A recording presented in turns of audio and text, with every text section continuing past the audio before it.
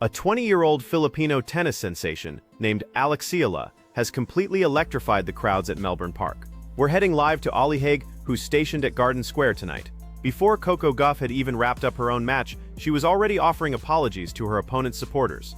Following a grueling 2-hour 18-minute battle against Elise Mertens, she stepped off the court and addressed a crowd that showed zero enthusiasm for her win, telling them she knew they were probably there for Alex and apologizing for keeping them waiting. Dubai had already seen ticket sales surge by 48% compared to the previous year.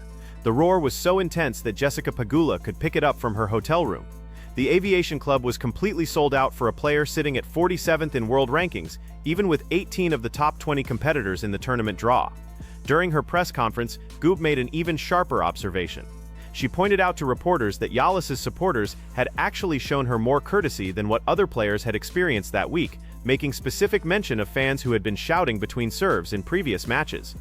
Anyone familiar with tennis protocol knows this was her polite way of saying that Yalas's own supporters were being held responsible for disrupting other players' matches in Dubai. What an incredible victory for Alex Sardri-Yalas. Just listen to that incredible sound. She's thanking Jasmine, you can hear her say it. Kristia's match needed the umpires to step in multiple times. A player who had previously spoken out about crowd problems at the Australian Open chose to remain completely quiet this time around, and that decision to stay silent speaks volumes. What pushes this beyond just another story about crowd behavior is this key detail. The person who coached Eala, whose academy molded every aspect of her court game, happens to be Rafael Nadal. A seasoned Dubai referee who has worked Nadal's matches at this exact tournament described what he witnessed with Eala's supporters as genuinely unprecedented in his entire career. This coming from someone who has officiated matches for Federer, Djokovic, and Nadal himself. That's the full picture the headline is capturing. Which is exactly why saying Nadal in shock as Eala's own fans are blamed for ruining other players' matches at Dubai isn't an exaggeration at all. Make sure to subscribe immediately, because what's coming next is where this whole situation becomes genuinely troubling. So let's dive deep into exactly what Eala's supporters did and why it's creating such division in the tennis community. February 19, 2026. Alexandra Eala facing off against Sorana Cîrstea, round of 16 at the Dubai Duty-Free Tennis Championships. Looking at it on paper, this was a straightforward third-round matchup between an emerging 20-year-old ranked 47th and an experienced Romanian competitor ranked 32nd globally. Cîrstea already had a Dubai semi-final under her belt. What actually happened inside the Aviation Club Tennis Center was something completely different. Right from the first game, the entire venue was flooded with Filipino flags, homemade banners, synchronized chanting, and sound levels that Dubai Duty-Free Tennis Championship's own official broadcast described as Beatlemania making a comeback. Every single Eala winner set off an absolute explosion. Every Cîrstea mistake got massive cheers. Every pause in action was packed with chanting so loud that the umpire constantly had to intervene just to create the basic environment needed for professional tennis. Eala took it 7-5, 6-4. Her supporters went wild like she had just captured a Grand Slam title. Now this is where everything gets genuinely messy. Cîrstea kept completely quiet publicly after the match ended. On the surface, that seems like good sportsmanship. But think about what you already know regarding this specific player.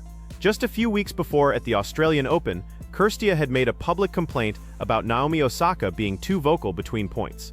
This was about internal player-generated sound that had absolutely nothing to do with crowd conduct. She found that problematic enough to speak about it openly. Then she stepped into a situation where organized crowd chanting was happening during active rallies, where her service mistakes were getting cheered, where the umpire was fighting to keep control, and she stayed completely silent. That silence isn't just staying neutral. This is a player who made the calculation that criticizing Eala's supporters in this environment, with this level of national pride involved, simply wasn't worth the potential backlash. And that calculation alone reveals something significant about just how intense the pressure surrounding these matches had gotten. The Tennis Gazette released a direct evaluation following the match. Their conclusion was crystal clear. Eala's supporters had crossed the line against Cîrstea, with specific infractions including cheering missed first serves, celebrating unforced errors, and creating noise during active points. These aren't small etiquette oversights. In professional tennis, cheering a missed first serve ranks among the most disrespectful crowd behaviors possible. It shows you're actively rooting against your opponent's performance instead of supporting your player's success. Now consider the context that makes this situation more complex, not simpler. A large portion of Eala's supporter base is completely new to tennis. The Tennis Gazette recognized this fact directly. Eala represents the first Filipino tennis player to ever reach this competitive level. For most of her fans, the Dubai tournament was among their very first times experiencing professional tennis in person. The WTA event that took place in the Philippines earlier that year actually created Instagram posts explaining fundamental tennis concepts: what constitutes a hard court, how the scoring system functions, what the 5 basic shots are, because the fan base required that groundwork. Cheering a missed serve isn't something a newcomer naturally understands is inappropriate. It seems identical to celebrating any opponent error in football or basketball. That doesn't excuse the conduct at a professional WTA 1000 tournament, but it absolutely shifts the moral framework of who deserves criticism and to what extent. Goff's approach to her quarterfinal against Eala deserves close examination here. Even before they competed, Goff had already publicly stated that Eala's supporter base was beneficial for tennis. She told media she was anticipating the energy. This is a player who had analyzed what occurred in previous rounds and determined the intelligent approach was to embrace the crowd instead of resisting it. Her match strategy followed that exact plan. She described imagining the crowd noise was supporting her, turning it into motivation rather than interference. She dominated 6-0, 6-2 in 67 minutes. But during her post-match media session, she made this statement: "Honestly, I feel like they were a bit nicer to me today than maybe other players. I think in the previous matches, I saw they were more cheering in between serves." Analyze that statement carefully. Goff isn't complimenting the crowd's behavior in those earlier matches. She's tactfully noting that she got better treatment than the players who came before her. She's confirming, officially, that the conduct Tennis Gazette criticized was real, obvious, and significant enough that a top 4 global player mentioned it without being asked in her press conference. That represents Eala's own supporters being blamed for disrupting other players' matches at Dubai, validated by the most reliable source possible, delivered in the most diplomatic manner possible. Now let's properly address Nadal's involvement here, because his connection isn't just symbolic. Eala has been training at the Rafa Nadal Academy in Mallorca for multiple years. In late 2025, following Nadal's retirement in November 2024, he stepped back onto a tennis court for the first time, not for an exhibition, not for media coverage, but for a training session with Eala. She characterized it as physically challenging, despite Nadal being away from competition for an entire year. That training session matters because it demonstrates the level of commitment his academy has made to her growth. A veteran Dubai-based tennis referee, speaking to colleagues' Times, placed Eala's crowd impact in direct context with Nadal. He confirmed he had officiated matches involving Federer, Djokovic, Nadal, and Agassi at the identical venue, all of which created capacity crowds. He then stated that Eala's matches represented a completely different phenomenon, a transformed atmosphere entirely, unlike anything those legends had produced at the Aviation Club. That forms the concrete documented foundation for Nadal in shock, as Eala's own fans are blamed for disrupting other players' matches at Dubai.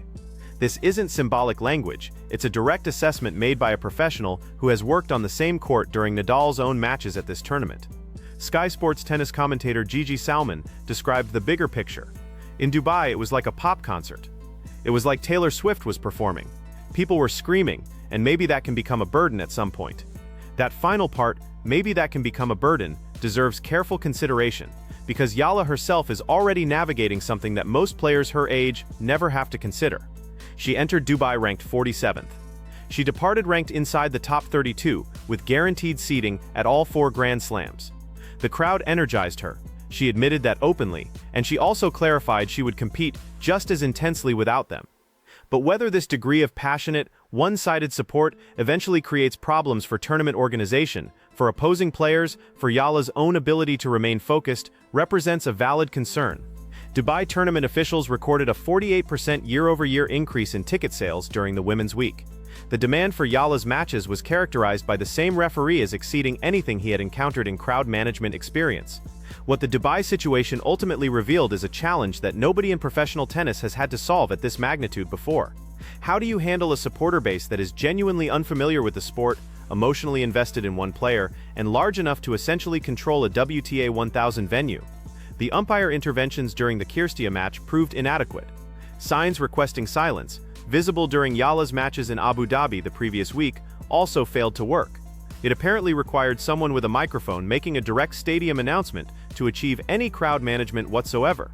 Eala bears no responsibility for her supporters' conduct.